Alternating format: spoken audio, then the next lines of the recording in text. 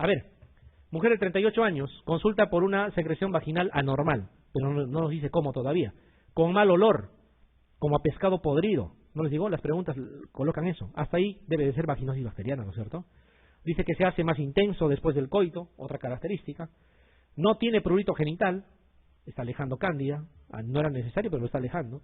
En la exploración se observa abundante secreción blanco-grisácea que no se adhiere a las paredes vaginales. Al mezclar una muestra de la secreción con una gota de hidróxido de potasio al 10%, se aprecia claramente el mal olor referido. O sea, les está dando el test de aminas, les está dando el aspecto, les está dando todo. ¿Sí? ¿Cuál de los siguientes es el tratamiento de elección? Bueno, esto es una vaginosis bacteriana por Gardnerella, quizá más anaerobios más. Ahí vamos a ver.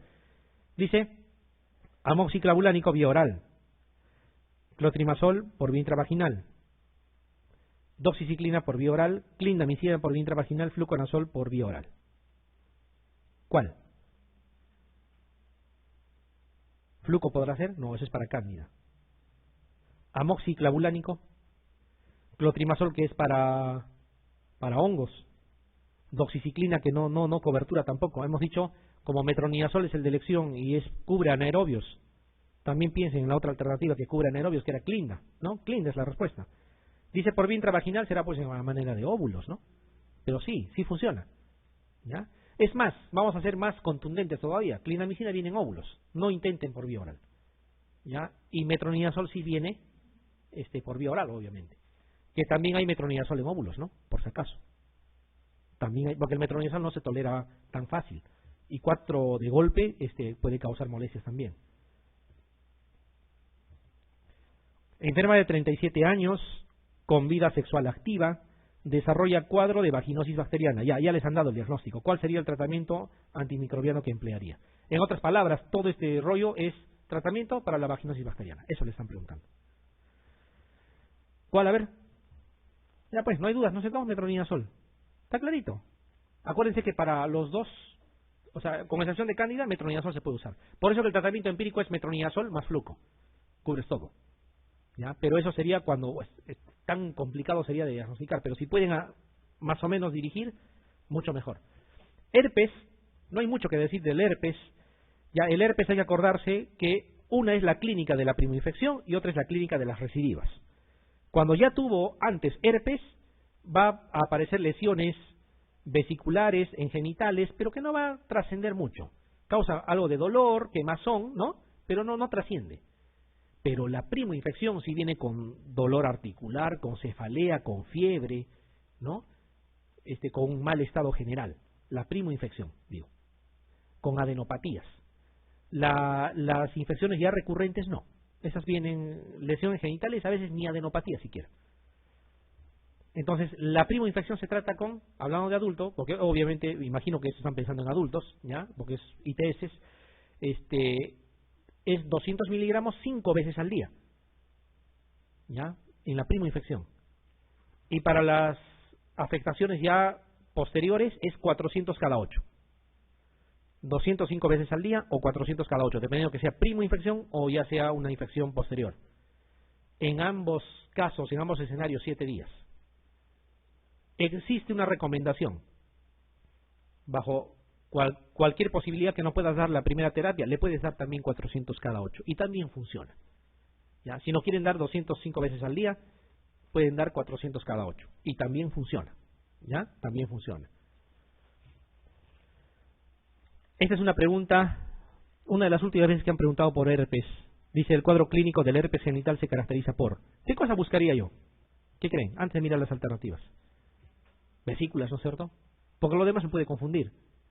A ver, dice erupción maculopapular que afecta solo genitales externos, lesiones papulomatosas confluyentes, dolorosas y malolientes, úlcera genital solitaria y adenitis regional, úlceras genitales acompañadas de bubón inguinal, vesículas, mira, la única que me dice vesículas. Ya, pues esa es, porque tiene que ser. Porque puede producir cualquier otra lesión, incluso úlceras, pero tiene que partir de vesículas, ¿ya? Vesículas rodeadas por inflamación, ¿cierto? Dolor, causa dolor el herpes, ¿ya? Disuria también, dependiendo si ha afectado la parte de la uretra, ¿no? Paciente de 25 años con historia de contactos sexuales con distintas parejas en los últimos meses, o sea, múltiples parejas sexuales. Consulta por fiebre elevada, cefalea, adenopatías inguinales y úlceras dolorosas en vulva. A ver, vamos a partir de las úlceras dolorosas. Ya no será sífilis. Úlceras dolorosas es o chancroide o herpes. ¿Ya? Y esas úlceras del chancroide debería decirme con material purulento, otras cosas más, y no te da compromiso general. Para que te dé compromiso general te está quedando herpes. ¿Cuál de los herpes? La primoinfección. La primoinfección viene así, ¿ya? ¿Cuál es el diagnóstico más adecuado? Dice, de todo lo que está acá, ¿cuál sería? La B, ¿no? Acá dice por herpes tipo 2, ya saben que también puede estar ahí el herpes tipo 1, porque comparten las vías y los mecanismos de transmisión. Claro, es más frecuente por herpes tipo 2.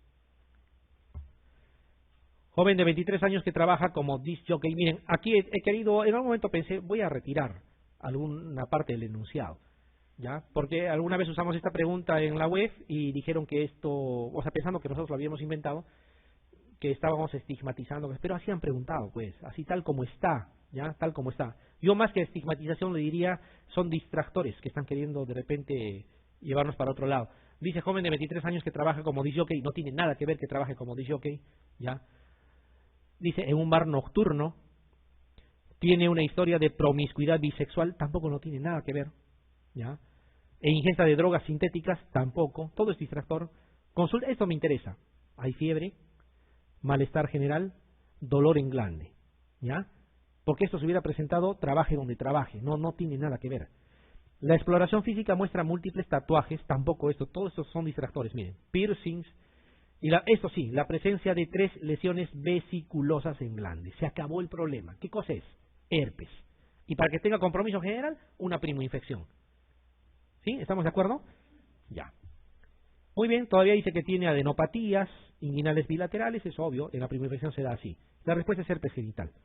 Ya, entonces hay preguntas que tienen muchas palabras de más. Señale la alternativa correcta con respecto a las infecciones de transmisión sexual que cursan con úlcera genital. Típica pregunta. Ya definamos de una vez. A ver, ¿chancroide tiene úlcera genital? Sí. ¿Herpes? También. ¿Condiloma acuminado? No. ¿Que podrá alguna vez, de repente, quizá? Podría ser, pero no es lo común. Descartada la A. Clamidia. Empezó mal. Porque herpes y chancroide sí. Siguiente. ¿Herpes genital? Sí. Ese es chancroide, ¿no? Acá falta una H. Herpes y chancroide sí, pero gonorrea tampoco. Se caracteriza más por uretritis. Sífilis primaria sí. Acá dice clamidia, no sé a qué se referirá. Clamidia es el agente etiológico, no es la patología. Y aquí dice sífilis primaria, herpes genital y chancroide. Esos 3 típicamente sí producen úlcera genital, ¿ya? El que puede, sí podría ser. O sea, no sé, tal patología puede cursar, sí puede cursar, pues. Anecdóticamente podría cursar. Pero esta es la triada, digamos, que no debe de faltar. En la enfermedad inflamatoria pélvica, ya que es más o menos una situación de diagnóstico juntando criterios, no diagnostiquen a la inspección ni a la anamnesis enfermedad inflamatoria pélvica, hay que intentar siempre hacer el examen, ya. Si bien es cierto habla de criterios mayores o menores, ya, no hay una situación exactamente definida. Lo primero tiene que ser una mujer sexualmente activa, lo primerito. Tenga o no tenga flujo vaginal, eso no es mandatorio. Mujer sexualmente activa y que tenga dolor, ya, dolor en hipogastrio, dolor y dolor de tiempo, por eso dice enfermedad inflamatoria pélvica, ya.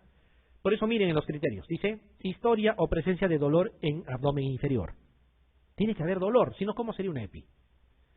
Dice dolor a la movilización cervical a la exploración. ¿Qué significa que tienen que hacer? Tienen que hacer tacto vaginal, tienen que llegar al cervix, tienen que movilizar el cervix. Y les tiene que decir hay dolor. Hay que movilizar anexos, examen bimanual. Tiene que causar dolor, ¿ya? Por eso dice dolor anexial. Historia de actividad sexual en los últimos meses. Claro que sí, si no hay actividad sexual no pueden hablar de enfermedad inflamatoria pélvica, ¿ya?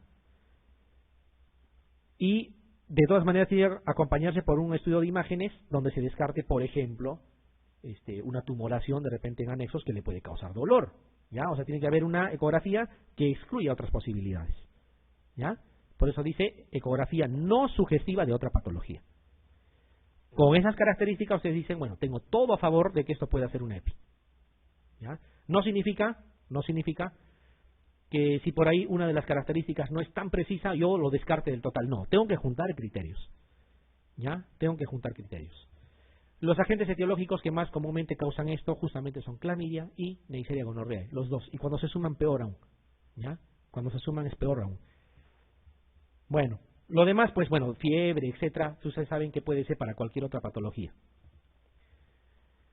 Esta es una pregunta interesante porque dice, ¿cuál es el tratamiento antibiótico ambulatorio de elección en la enfermedad inflamatoria pélvica? Leve a moderada, porque la severa obviamente requiere internamiento. Dice leve a moderada. La persona obviamente no tiene un dolor tan intenso y tolera la vía oral y puede estar en condiciones de seguir laborando haciendo sus actividades. Vamos a analizar. A ver, antes de estar mirando de frente, esta es una recomendación muy, muy importante. Si yo les dijera cuál es el tratamiento ambulatorio para la neumonía adquirida en comunidad, lo primero que pienso es en el agente etiológico, para después decidir qué le puedo dar. Si no, voy a adivinar. ¿Está bien? Entonces, enfermedad inflamatoria pélvica, estamos pensando en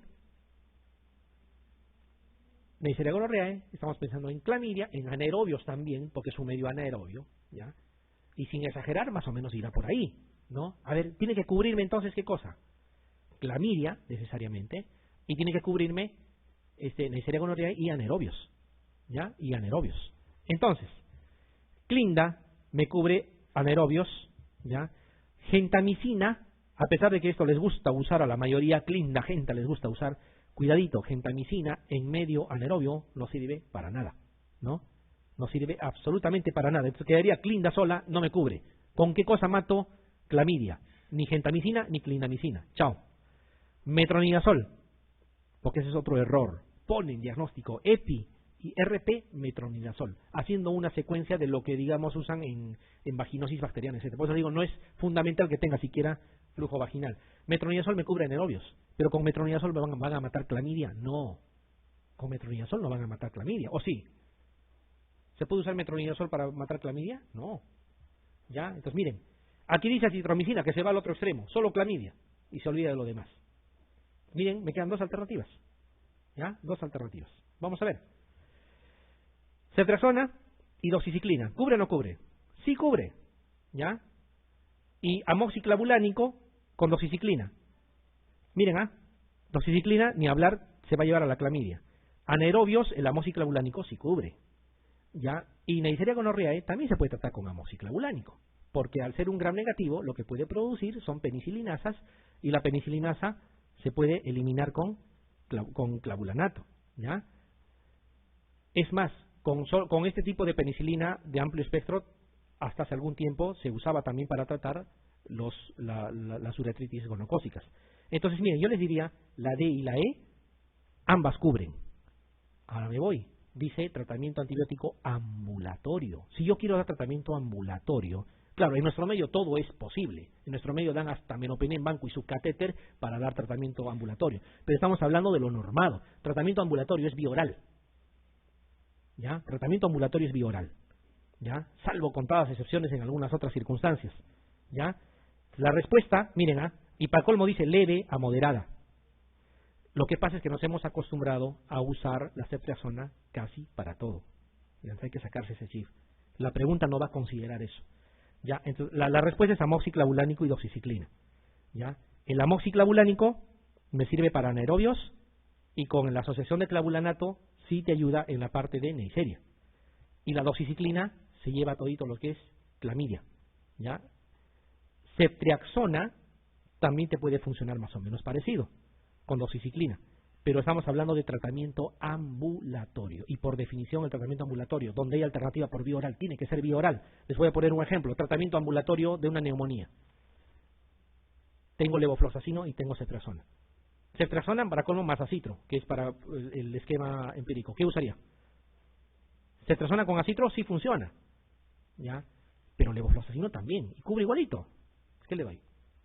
Levofloxacino, porque yo no voy a vigilar esa. Ambulatorio significa toma y regresa para tu control. Ya, entonces cuidado, puede crear polémica la pregunta, ya, porque para mí D y E cubren prácticamente lo mismo desde el punto de vista de EPI, pero como la pregunta dice tratamiento ambulatorio de elección, tiene que ser una, ya.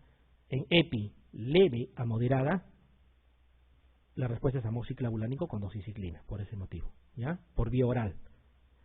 ¿Quieren la fuente?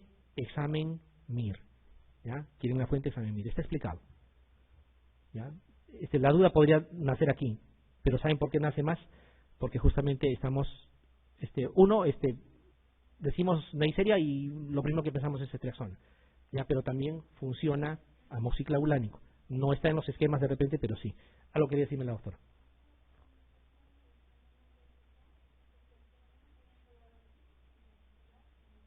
Muy buena su pregunta. Estamos hablando EPI. EPI, no gonorrea.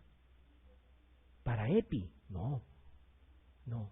Miren, está bien la pregunta, por eso tenemos que debatir esto. Miren, cuidado. Para Neisseria, sí está bien, pues ceftriaxona es una sola dosis, y uno podría decir, le doy eso y me olvido. Pero estamos hablando de EPI. O sea, con la ceftriaxona, mi intención no es solo deshacerme de la Neisseria. Si no, pues esto sería valedero. ¿Por qué? Le doy una dosis, chao Neisseria, y le doy doxiciclina para clamidia, ¿no?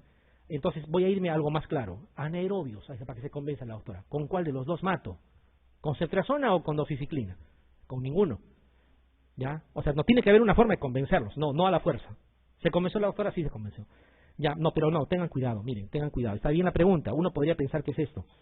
Pero esa monodosis de ceftriaxona es para matar gonococo.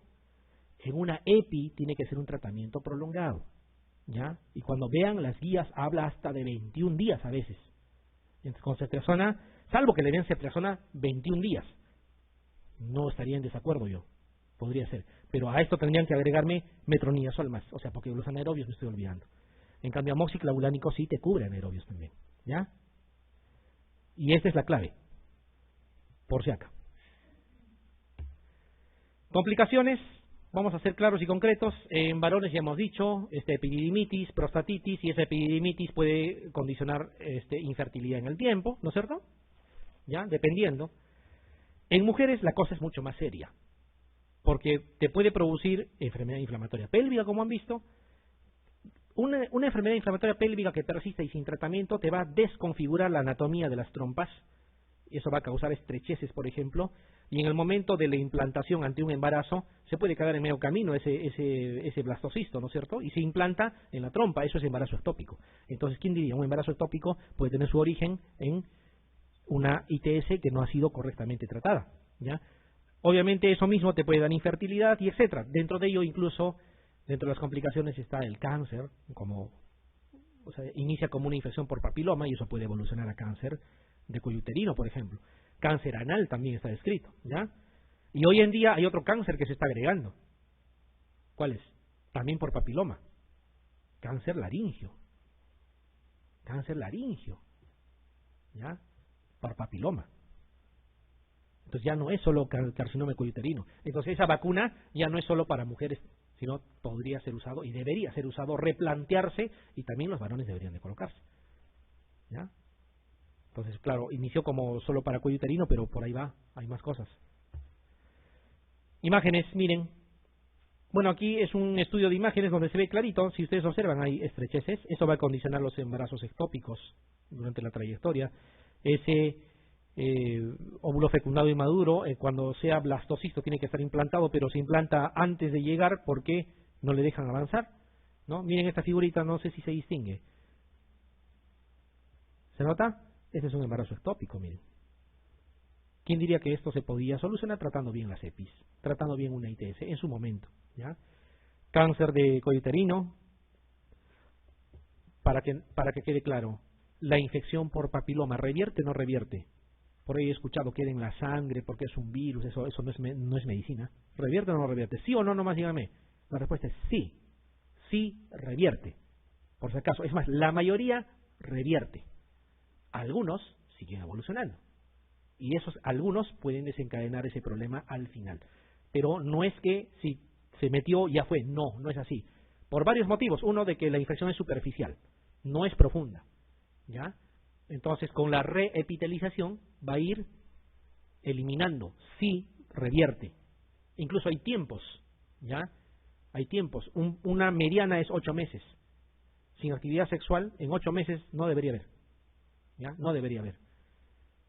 Hay casos raros que siguen progresando. Lo que pasa es que la persona se sigue reinfectando y reinfectando, ¿ya? Y obviamente puede progresar. ¿Qué más?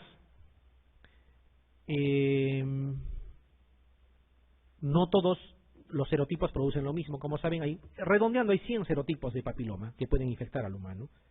¿Ya? Más o menos así, es bastante.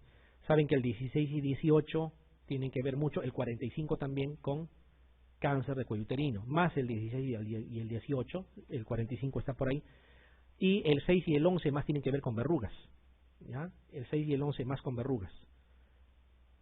Entonces, que una persona tenga verruga genital no significa que eso va a evolucionar a cáncer, porque probablemente sea por serotipo diferente al que produce el cáncer, ¿ya? Entonces, el examen de Papá Nicolau es importante. A veces eso no tenemos en cuenta, ¿no? Y juntamos todo.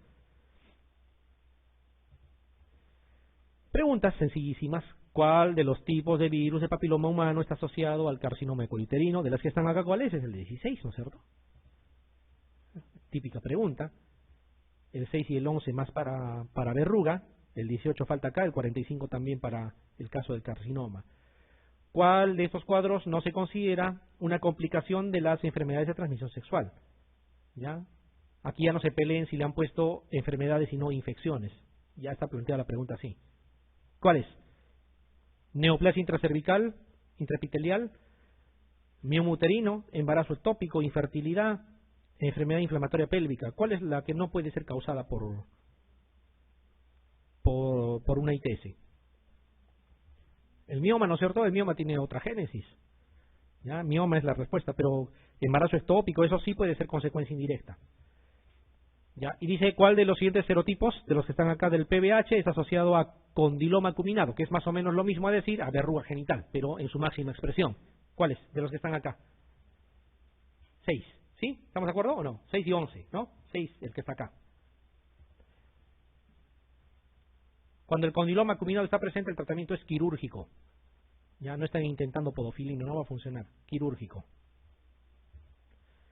Eso para terminar. Solamente es un concepto, me va a llevar un par de minutos nomás y por favor quiero que quede claro. Todo lo que estamos hablando nos entendemos porque manejamos el mismo lenguaje. El problema es que las ITS están en todos los sitios, incluso en lugares, y en el Perú eso es marcadísimo, en lugares donde no llega el médico.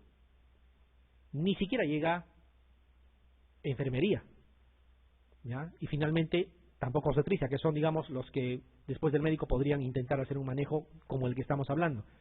Muchas veces hay establecimientos de salud, y hay muchísimos, donde hay solamente un técnico sanitario, ni siquiera un técnico de enfermería. Un técnico sanitario es una persona del poblado que se ha capacitado, no es un personal escolarizado. Entonces a ellos no le puedes hablar de teologías, no le puedes hablar de dosis, o sea, es difícil. Para eso se ha mejorado con el manejo sindrómico. La OMS, por si acaso, no es una idea del Perú, la OMS sugiere el manejo sindrómico, incluido profesionales. Y yo también se lo sugiero. Ven un caso, manéjenlo de forma sindrómica para que no se confundan y hagan el estudio para definir el diagnóstico. Porque si van a que primero dar con el diagnóstico, pueden tener problemas. ¿Ya? No la mayoría de las veces, pero pueden tener problemas. Entonces, ¿a qué se refiere manejo sindrómico? Miren, vamos a hablar solamente de esto de aquí. Vaginosis bacteriana lo causaba Gardnerella vaginalis y anaerobios. ¿Estamos de acuerdo? Lo tratábamos con metronidazol. Teníamos toda una secuencia, teníamos que ver un pH que era mayor a 4,5, Kluss-Seltz que teníamos que ver en el microscopio, la prueba de aminas positivo, etcétera, etcétera. Teníamos que juntar muchos criterios para decir que era vaginosis bacteriana. Tricomona, examen en fresco, teníamos que ver a esos flagelados ahí nadando, ¿no? Con la secreción espumosa y decíamos esto es tricomona, tratamiento también metronidazol. Candidiasis, saber que no es necesariamente una ITS, que tiene presentación de lesiones de secreción en grumo, causa prurito, tenemos que ver fisuras en vulva, etcétera. Bueno, eso lo podemos manejar nosotros. Pero a todo eso lo han juntado en uno solo, ¿ya? Y le han llamado descenso vaginal anormal. ¿Qué le dicen al técnico sanitario? Cuando una mujer venga y te diga, tengo descenso, ¿ya? Eso ya es un descenso anormal porque estamos descartando ese mínimo descenso fisiológico que debe de haber, ¿no? Es un descenso anormal. Eso sí lo puede entender el sanitario. ¿Ya? Y si no hay médico en ningún lado, el jefe de la tribu también lo puede entender, ¿no es cierto? Cuando venga con esa manifestación. ¿Qué le vas a llamar? Síndrome de flujo vaginal. Punto. Ahí queda. ¿ya? Y si avanzo, miren, ¿cómo lo vas a tratar? Le vas a dar 2 gramos de metronidazol, ¿ya? Y le vas a dar su óvulo para que se ponga. El que está tratando eso ni siquiera sabe cómo lo está tratando, pero fíjense, cuando le da los 2 gramos de metronidazol, ¿qué trata? Trata la gardnerela, trata los anaerobios, trata, ¿qué más? La tricomona, ¿ya? Y cuando le da el óvulo de clotrimazol, está tratando la cándida. Todo en uno. Manejo sindrómico, ¿ya? Manejo sindrómico. Y lo mismo sucede, a ver así, acá por ejemplo, miren, descarga uretral. Le dicen, bueno, esto son las etiologías, esto de aquí no se lo dicen al personal, pero esto sí, cuando haya pus o secreción uretral, o sea, cuando por donde orina le salga algo a manera de pus o qué sé yo, eso es lo que él ve, y le llaman síndrome de descarga uretral. Ya sabemos que ahí está clamidia y está gonococo. De lejos, casi en el 100% son esos dos. ¿Ya? ¿Qué le dicen? Le vas a dar cipro más acitro. ¿Ya? Cipro se va a llevar a qué cosa? A gonococo. Y acitro va a matar la clamidia, que es casi más del 99% de los casos. Entonces, ese es el manejo sindrómico, eso es lo que sugiere la OMS para un manejo correcto. ¿Ya? Para un manejo correcto. Con eso está englobando a todito el personal de salud. El personal de salud sí lo puede entender así. ¿Ya? Entonces, esto ha tenido éxito. ¿Ya? Entonces, ¿quién sugiere el manejo sindrómico? Lo sugiere la OMS, no es una estrategia del Perú. ¿Ya? Entonces, no sé si eso cómo les podrían preguntar, pero hay que acordarse que más o menos esa es la estrategia. Abarcar al 100% de las ITS, tratarlas adecuadamente, aún sin conocer la etiología. ¿Ya? Manejo sindrómico nada más. Y hay algunos nombres bien feos, ¿no? Por ejemplo, miren, dolor abdominal bajo. ¿No? Pero cuando ustedes, me imagino, han tenido la oportunidad de trabajar en una posta, así lo tienen que reportar, dolor abdominal bajo, tienen que poner, ¿no? Entonces de ahí también nace esa pelea, ¿no? De las obstetrices, de las enfermeras que dicen, nosotros sabemos igual que el médico, claro, saben lo que nos obligan, pero lo demás no creo que sepan, ¿no? Ya, así más o menos va la situación de manejo sindrómico.